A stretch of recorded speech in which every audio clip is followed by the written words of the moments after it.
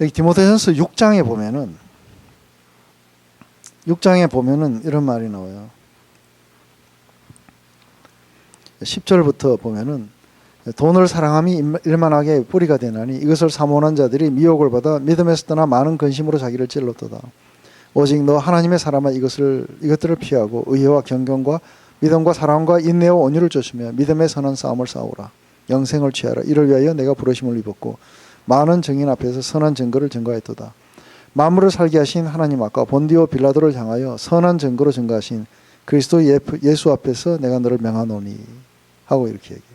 여기 보면은 만물을 살게 하신 하나님 앞과 본디오 빌라도를 향하여 선한 증거를 하신 그리스도 예수 앞에서 그래요. 본디오 빌라도를 향해서 선한 증거를 했는 게 도대체 뭘까? 이래가지고 제가 이걸 묵상할 때 4대 복음서를 다 뒤져봤는데 아무것도 나오는 게 없어요. 근데 오직 요한복음만이 빌라도하고 이렇게 굉장히 길게 이야기를 하셨어요. 그래서 도대체 빌라도 앞에서 선한 증거를 했던 이게 뭔가 했을 때 내가 먼저 물어봐요. 그죠? 그 안에서 네가 왕이냐고 물어봐요. 근데 그 왕이냐고 물으니까 이렇게 우리 18장 36절에 그 35절인가 6절에 이렇게 이야기하죠. 예수께서 대답하시되 내 나라는 이 세상에 속한 것이 아니다고. 만일 내 나라가 이 세상에 속한 것이었다면 내 종들이 싸워 나로 유대인들에게 넘기우지 않게 하였으리라. 이제 내 나라는 여기 속한 것이 아니니라. 그러자 빌라도가 가로되 그러면 내가 왕이 아니냐? 예수께서 대답하시되 내 말과 같이 내가 왕이니라. 내가 이를 위하여 났으며 이를 위하여 세상에 왔나니 곧 진리에 대하여 증거하려 함이니라. 무릇 진리에 속한 자는 내 소리를 듣는다. 그러면서 안에서 빌라도가 왕이냐 했을 때, 그러니까 내가 왕이지만 내 나라는 이 세상에 속한 게 아니라고. 그래서 나와 상관할 게 없다고 그렇게 이야기하시는 거죠. 그러면서 내가 이 세상에 오게 된 거는 바로 이 진리를 갖다가 증거하기 위해서 왔다는 것이죠. 그리고 이 진리에 속한 자들은 내 소리를 전부 듣게 될 거라고. 여기서 한 가지 이제 상당히 우리가 오늘 지금 이제 마무리가 다 돼가는 요한복음 마무리가 다 돼가는 과정 속이니까 이 안에서 한번 생각해요. 예수님이 누구신가? 우리는 예수님이 누구신가에 대해서 모르는 사람이 없다고 이렇게 생각해요. 근데 예수님이 지금 죽으시기 바로 몇 시간 전이에요. 몇 시간 전에 예수님이 왜 태어나셨는지에 대해서, 왜 이 땅을 찾아오셨는지에 대해서 말씀하세요. 그래서 안에서 주님이 주신 그런 대답에 여기에서 목적을 밝히시는 거예요. 내가 왜 이 땅을 찾아왔는지에 대한 이야기를 하시는 거예요. 그런데 그것은 바로 내가 이를 위하여 태어났다는 거죠. 그것은 바로 진리에 대해서 증거하려고, 그리고 진리에 속한 자는 내 소리를 듣게 되고, 그래서 이 진리의 증거, 이것을 위해서 내가 태어났다고 이야기를 해요. 근데 진리를 증거한다는 이야기를 할 때 얼른 우리들의 마음 속에서 이렇게 떠오르게 되는 것은 진리가 어떤 하나의 세트의 콘셉트라고 생각하는 거예요. 진리. 그래서 어떤 사실적인 진술 이런 것들이 있는데 그걸 증거하러 왔다고 되게 그렇게 생각을 해요. 근데 예수님은 영원 전부터 계셨던 분이고 결코 창조되지 않으신 분이세요.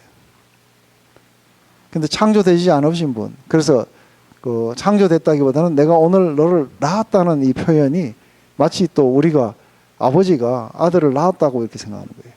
그래서 많은 사람들이 예수님의 존재에 대해서 생각할 때 굉장히 많이 헷갈리는 부분이 있어요. 그래서 내가 오늘 너를 낳았다. 그래서 예수님 하나님의 아들이다니까 우리의 개념 속에서는 아들은 언젠가, 그러니까 아버지 혼자 있을 때가 있었겠죠, 그죠? 그 뒤에 아들이 생겨나는 거예요. 그게 낳았다는 의미로 그렇게 받아들여요. 그런데 여기에서 했던 to give birth가 아니고 begatten이라고 그래요. begotten. 이게 begotten, 내가 너를 낳았다 하는 이 의미가 뭔지에 대해서. 그래서 어떻게 예수님이 낳았다는 의미고 어떻게 아버지 하나님이 아버지고 그렇게 되는가에 대해서 이 땅에서 분명히 한 아이로 태어나셨지만 태어난 게 아니라 성육신이라 그래요. 그죠? 이 이야기를 갖다가 그러면 우리 예수님 태어나시기 700년 전에 이미 이 미가서에서 이렇게 베들레헴 에브라다야 너는 유다 족속 중에서 작을지라도 이스라엘을 다스릴 자가 내게서 내게 나올 것이라. 그의 근본은 상고의 태촌이라. 그러니까 지금 이 베들레헴이라는 이 마을에 태어나게 되는 이 아기는 이 영원 전부터 있었다는 거죠. 근데 한번 이렇게 생각을 해보면은 한때 우리 아들이 없었을 때가 있어요. 영혼도 없었고 그리고 육체도 없었던 때가 있었어요. 근데 제가 아들을 낳으면서 그 아들은 육체도 생겼고 영혼도 생겼고 이제는 그 영혼은 영원히 불멸할 거예요. 그렇지만 없었던 때가 있었어요. 하지만 예수님은 그렇지 않은 거예요. 예수님은 없었던 때가 없는 거예요. 영원 전부터 있으신 분이에요. 그래서 그분은 아브라함보다도 먼저 계셨다고 그렇게 이야기하는 거죠. 근데 이 영존하시는 하나님, 영존하시는 하나님에 대해서 이야기를 할 때 예수님의 그 근본에 대해서 이야기를 할 때에 그 여러 가지 그 이야기들이 나와요. 그 중에서 특히 빌립보서 2장 5절에서 8절을 보면은 그는 근본 하나님의 본체시나 하나님과 동등됨을 취할 것으로 여기지 아니하시고 오히려 자기를 비워 종의 형체를 가져 사람들과 같이 되었고 사람의 모양으로 나타나셨음에 자기를 낮추시고 죽기까지 복종하셨으니 곧 십자가에서 죽으심이라. 여기 보면 하나님의 본체시고 또 하나님의 형상이시고 그리고 하나님과 동등하신 분이셨는데 오히려 자기를 비워갖고 종의 모양을 그렇게 갖추셨다고 얘기를 해요.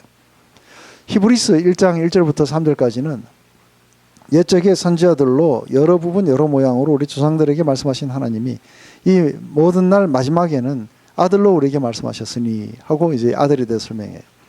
이 아들을 만유의 후사로 세우시고 저로 말미암아 모든 세계를 지으셨느니라. 이는 하나님의 영광의 광채시요 그 본체의 형상이시라. 그의 능력의 말씀으로 만물을 붙드시고 그래요. 그 본체의 형상이시고 그리고 그분의 영광의 그 광채를 그분의 글로리를 그대로 반영하시고 그리고 그분의 본체를 그대로 이렇게 본떠서 만드는 그 같이 그런 그리고 이분을 통해 가지고 온 세상을 지으셨다고 그렇게 이야기하는 거예요. 그렇기 때문에 창조되지 않고 나았다고 하는 이 부분들이 그러니까 뭘 의미하는 건가 하는 거죠. 그래서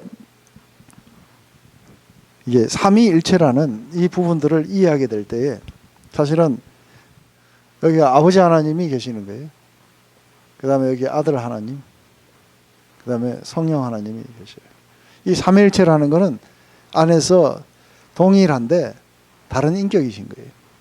동일하신 분이지만 다른 인격이 있어요. 그렇다면 이제 우리 오늘 특별히 아버지 하나님과 아들 하나님과의 이 사이의 관계를 이야기를 한다면은 아버지 하나님의 그 본체의 형상 그대로 아버지를 갖다 그대로 본뜬 아들이에요.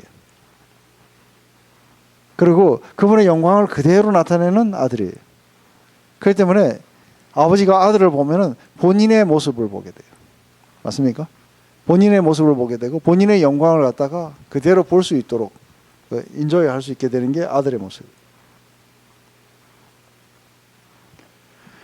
그렇기 때문에 결코 시작이 없어지지만 인격이 없어진 게 아닌 거예요. 인격을 가지신 분인 거예요.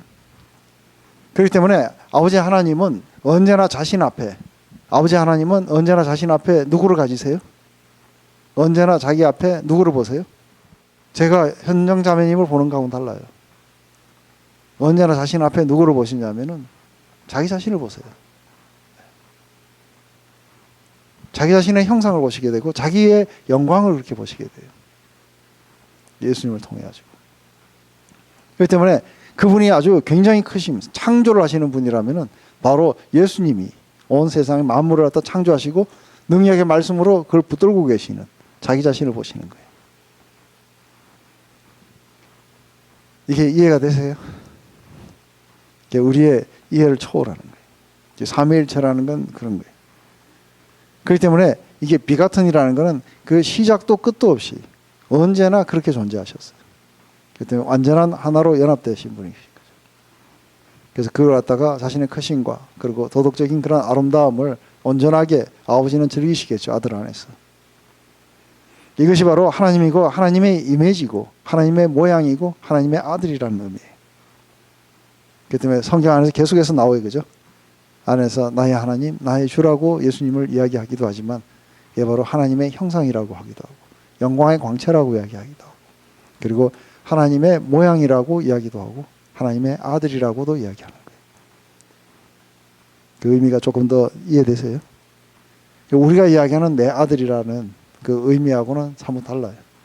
그렇지만 내 아들이 나를 닮았기 때문에 내가 그 아들을 보면서 내 얼굴을 이렇게 보듯이 그렇게 한다는 건 아주 희미한 그런 부분이겠지만 이건 완전한 반영, 완전한 연합, 완전한 하나됨인 거예요.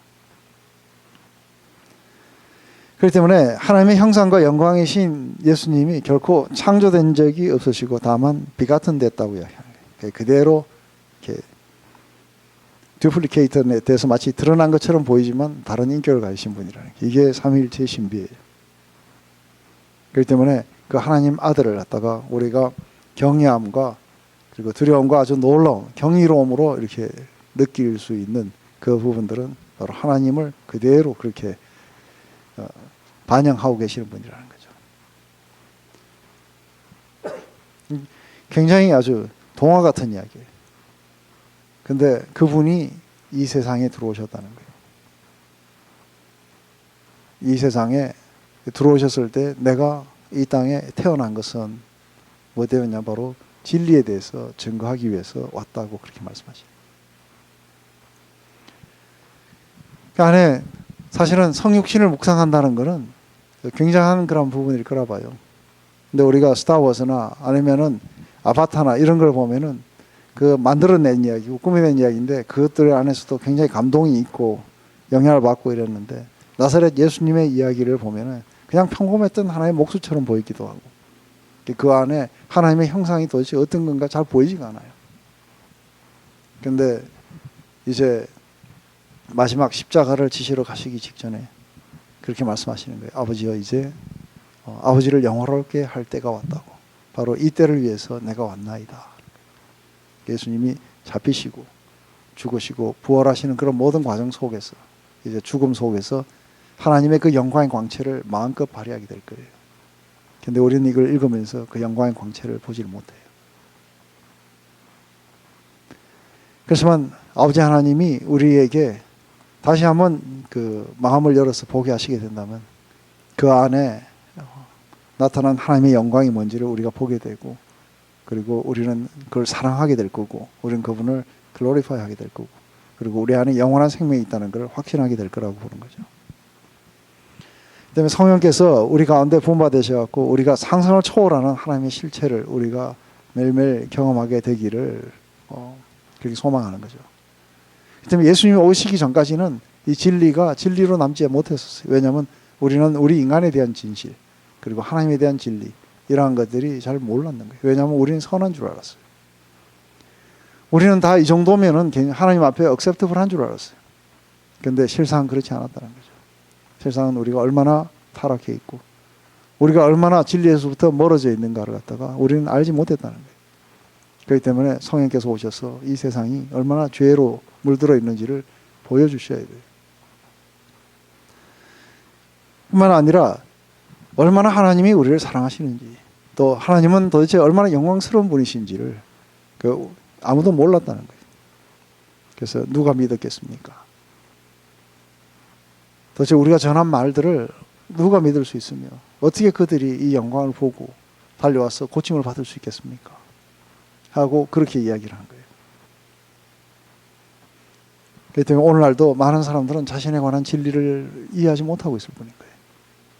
그래서 거기에 귀 먹어 있고 그리고 눈이 멀어 있고 마음은 강팍해 있기 때문에 예수께로 오지 않게 돼요. 근데 하나님이 데려와 주신다면 그 마음 안에 자신에 대한 진리를 보게 돼요. 그래서 그 안에 자신이 얼마나 잘못 살았는지 자신이 얼마나 깊은 죄악 가운데 있는지 이건 제가 22년 전에 주님을 만나게 될 때 몇 달간을 고민을 했어요. 내가 뭐가 잘못됐는지 아무리 생각을 하고 아무리 진짜 깡통 맥주를 들고 바닷가에 앉아서 몇 달을 고민을 해봐도 잘못된 게 없었어요. 난 열심히 살았고 성실히 살았고 이 정도면은 잘 살았다고 생각하는데 그런데 예수님이 나 같은 죄인을 위해서 이 땅에 오셨다는 이야기가 이게 믿어지지가 않는 거예요. 듣긴 많이 들어도 듣기 많이 들어도 실제적으로는 그게 내 마음을 치지 못했던 거예요. 근데 바로 그 고통의 순간 속에 하나님이 저를 데려다가 예수 그리스도 앞으로 가서 믿음으로 나에 관한 진실 그리고 하나님에 관한 진리를 갖다가 증거해 주신 거예요. 그걸 보게 되고 믿게 되자 제 사람 안에, 제 마음 안에는 영원한 생명이 그렇게 싹트게 된 거죠. 삼위일체가 하나로 온전하게 연합됐다는 것은 만약에 우리가 세 신이 있어가지고 서로가 영역 다툼을 하고 있다면 뭐가 진리인지 알 수가 없어요. 그죠? 왜냐하면 이쪽은 이걸 주장할 거고 저쪽은 저걸 주장할 거고 그래서 뭐가 진리인지를 못하는 거예요. 그런데 이 세 분은 온전하게 하나로 연합되어 있기 때문에 진리가 하나밖에 없어요. 그래서 우리는 세 분의 하나님이 계시지만 한 하나님이라고 이야기하는 것은 왜냐하면 진리가 하나이기 때문에 그래요. 그래서 하나님은 바로 자신의 영광을 그렇게 드러내기를 원하시는 거예요. 그래서 영원히 그 자신이 만든 그런 피조물들이 그것을 갖다가 인조이하고 그리고 자신의 있는 실체 그대로를 알고 그것을 사랑하고 즐기고 그리고 글로리파이 하게 될 거라고 있게 되는 거죠. 그렇기 때문에 이 아들이 없는 자는 아버지도 없고 그래서 아들을 부인하게 되면은 아버지가 사실상 누군지를 모르는 자들인 거죠. 그렇기 때문에 안에서 이제 진리를 드러내서 아버지를 영화롭게 한다는 것은 영원 전부터 그분의 본체의 형상 그대로 모양이었어요. 그리고 그분의 그런 영광을 그대로 드러내고 계셨던 분이 있어요. 원래부터 태초에 말씀이 계시느니라. 그 말씀이 하나님과 함께 계셨고 그 말씀 자체가 하나님이셨나. 그 안에는 생명과 사랑으로 빛으로 충만했던 분이에요. 근데 그분이 이 세상에서 나타나게 되신 거예요. 근데 왜 나타나셨냐면은 바로 그분이 나타나심으로써 뭘 보게 돼요? 아버지에 관한 진리를 보도록. 그래서 아버지여 내게 하라고 하신 그 일들을 내가 행했고 아버지를 세상에 드러냈고 아버지를 영화롭게 했습니다 하고 이야기하는 거예요. 근데 그것이 하나의 어떤 한 세트의 진리가 뭐 있어갖고 우리 하나님은 사랑이시다든지 이렇게 하는 게 아니라 그 자체를 그대로 오셔갖고 삶과 죽음 그리고 말씀과 기적 그리고 마지막 십자가를 지신 모두 안에서 그분은 아버지 하나님이 누군지를 우리에게 증거해 주셨던 거예요. 그게 바로 진리였다고 얘기하는 거예요. 그렇기 때문에 만약에 저보고 진리를 증거하라 그러면 저는 보고 들은 이야기를 가서 제가 경험했는 부분만큼만 전하기 때문에 완전한 진리는 아닐 거라 봐요. 근데 예수님이 그렇게 증거하게 될 때는 그분은 아버지 하나님에 대해서 요만큼도 모르는 부분이 없는 거예요. 온전하게, 왜냐하면 그분의 본체 형상이시고 그리고 그분의 영광의 광채세요. 그리고 그분의 모양이시고 그분의 이미지시고 그리고 그분의 아들이세요. 그렇기 때문에 온전하게 진리를 갖다가 우리 가운데 드러내실 거라고 하죠. 그렇기 때문에 안에서 그 아들을 이 세상에 보내신 것은 정죄함이 아니고 구원하기라는 것은 바로 그 보이지 않는 하나님의 모습을 갖다가 우리 가운데 보여줘서 우리가 보고 믿고 그리고 마침내 영원한 생명을 얻게 되고 그리고 그분과 올바른 관계 속에 들어가고 그분을 영화롭게 하기 위해서 그렇게 오신 거죠. 그렇기 때문에 그리스도가 이 땅에 찾아오셨다는 것은 하나님에 관한 진리를 증거해 주셨고 우리 인간들이 하나님을 영화롭게 하며 영생을 갖게 하기 위해서 그렇게 했다고 하는 거죠. 근데 이 안에 진리에 속한 자들은 다 믿게 된다고 얘기해요. 그래서 모든 사람이 다 하나님에 관한 증거를 듣지 않고 이렇게 믿지 않는다는 얘기예요. 모두가 다 그렇게 되는 건 아니라고 하죠. 그 중에 듣는 자 중에서도 아주 일부만 그걸 듣는다고 이야기를 해요. 듣고 믿는다는 거죠. 그래서 이 그룹이 진리에 속한 사람들이라고 그렇게 이야기를 하게 되죠. 근데 이 빌라도가 예수님에게 물어요. 내가 유대인의 왕이냐고. 예수님이 거기에 대해 뭐라고 대답하세요? 내가 유대인의 왕이냐 하니까 네가 그 하는 말이 네 자의로 하는 말이냐 아니면 네가 들은 거를 사람들이 내게 증거하던 걸 내게 말하는 거냐 하고 예수님 그렇게 물었어요. 지금 오늘 이 말이 무슨 말인지 궁금하죠, 그죠? 왜 예수님은 동문서답하는 것처럼 이야기를 하세요? 그것은 안에서 우리가 글로 되어 있기 때문에 이게 잘 몰라요. 그런데 이게 실제적으로 이렇게 이야기를 한다면 우리가 뉘앙스가 상당히 달라요. 당신이 진정으로 우리의 왕이십니까? 하고 물은가? 이렇게 되면 자기 안에서 나온 걸 거예요. 그죠? 근데 누가 그러던데 당신 왕이야? 하고 이렇게 한 거는 그 자의로 말한 게 아니라 들은 거를 갖다가 묻는 거예요. 그 안에 마지막 그 순간에도 빌라도를 향해 가지고 그 말씀을 해주시는 거예요. 지금 빌라도는 부지런히 쫓아다니면서 왔다 갔다 하면서 질문도 하고 이 사람이 뭐가 잘못됐는가 해봤는데 마지막에 발견한 건 뭐예요? 이 사람이 죄가 없다는 걸 알면서 넘겨줬어요. 자기에 대한 진실이 가려져 있는 거예요. 그러면서 나는 아무 죄가 없다 하지만 사실은 의롭지 못했던 거죠. 왜냐하면 총독으로서 죄가 없는 자를 사형에 넘겨준다는 건 말이 안 되는 얘기예요. 그렇지만 손을 씻으면서 나는 이 사람의 피와 상관이 없다고 이야기해요. 많은 사람들이 우리도 그렇게 손을 씻으면서 상관이 없다고 이야기할지 모르지만 자신에 관한 진리를 모르는 거예요. 그죠? 불의한 거예요. 죄가 없는 자를 십자가에서 죽도록 내어주는 그 권위를 가졌던 자예요. 내가 살릴 권도 있고 내가 죽일 권도 있는데 네가 알지 못하느냐. 그 속에서 아니 그렇지 않다는 거죠. 내 운명은 너에 의해서 결정되는 게 아니라 그것은 이미 오래전부터 우리에 의해서 결정되어 왔던 바를 지금 여기서 온 것뿐이라는 거죠. 이게 번디오 빌라도 앞에 선하신 증거를 하신 분이세요. 우리의 왕국은 여기가 아니다는 거죠. 그렇지만 내가 이렇게 되는 것은 어디에 힘이 없어서 희생당하거나 파괴되는 이야기들이 아니다는 거죠. 그것은 자의로. 그래서 앞으로 나간 거예요. 누구를 찾느냐. 나사렛 예수다. 나다 하니까 땅에 다 엎드려 버려요. 나를 잡아가라고. 그 앞에서 네가 유대인의 왕이냐 했을 때 바로 내가 이를 위해서 왔다고.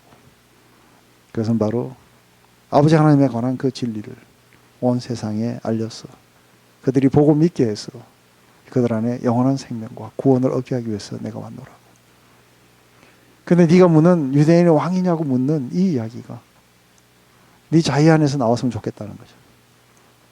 그래서 정말로 당신이 우리의 왕이십니까? 이 이야기가 아니고 그냥 신문적으로 한 이야기겠죠. 그죠? 네가 유대인의 왕이냐. 여기서는 진정한 마음의 가난함 속에서 만약에 우리가 이 질문을 한다면 당신이 우리의 왕이십니까? 그리고 진정으로 이렇게 만족을 줄 수 있는 이러한 것들을 찾는 목마름이 네 안에 있느냐 이렇게 물으시는 거죠. 진리를 갈망하고 그것을 찾으려는 마음이 있느냐. 아니면 다른 사람들이 들려주는 말들로 가득한가. 내가 진정으로 왕인지 네가 알고 싶으냐. 아니면 그냥 직업적으로 네가 뭡니까 하고 묻는 거냐는 거죠. 그런데 진리에 속한 자들은 진리를 사랑하고 그 안에서 기뻐한다는 거죠. 데살로니가 후서 2장 10절에 불의의 모든 속임으로 멸망하는 자들에게 말이니 이는 저희가 진리의 사랑을 받지 아니함이라. 그래서 구원을 얻지 못했다는 거죠.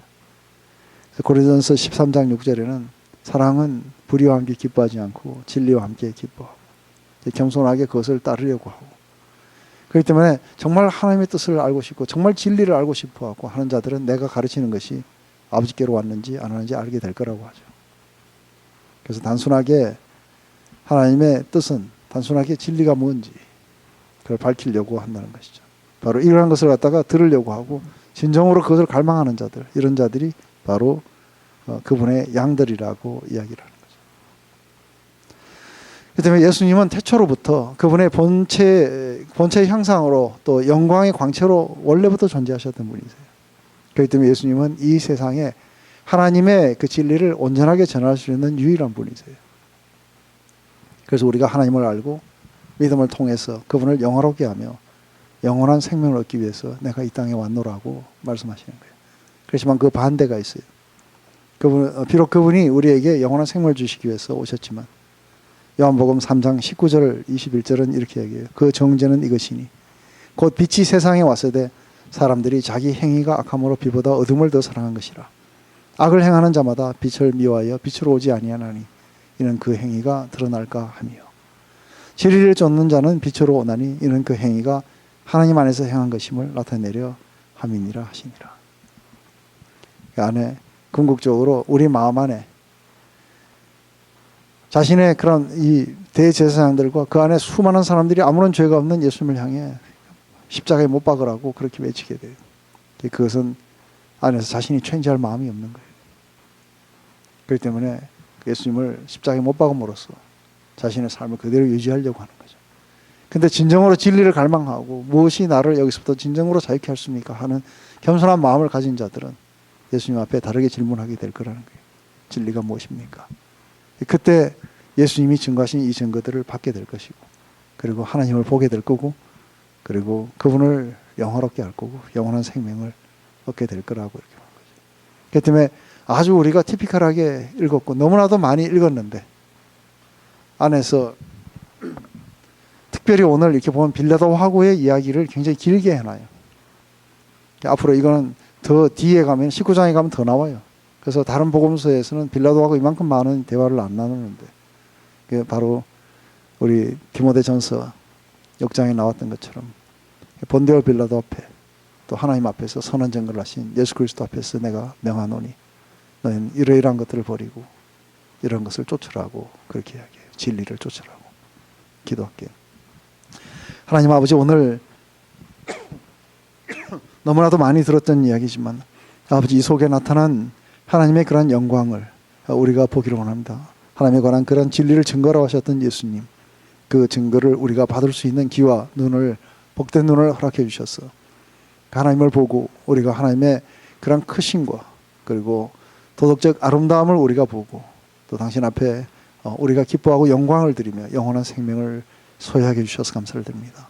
이 모든 일이 일어나도록 우리를 예수 그리스도 앞으로 이끌고 결국은 우리의 마음 안에 있는 그런 모든 강팍함을 없애시고 부드러운 마음을 주시고 주의 성령을 주셔서 그것을 이해할 수 있도록 해주신 아버지 하나님 앞에 감사와 찬송을 드리고 그것을 온전히 우리 앞에 증거하신 예수님 앞에 우리가 감사를 드리며 이 모든 말씀 예수님 이름으로 기도드렸습니다.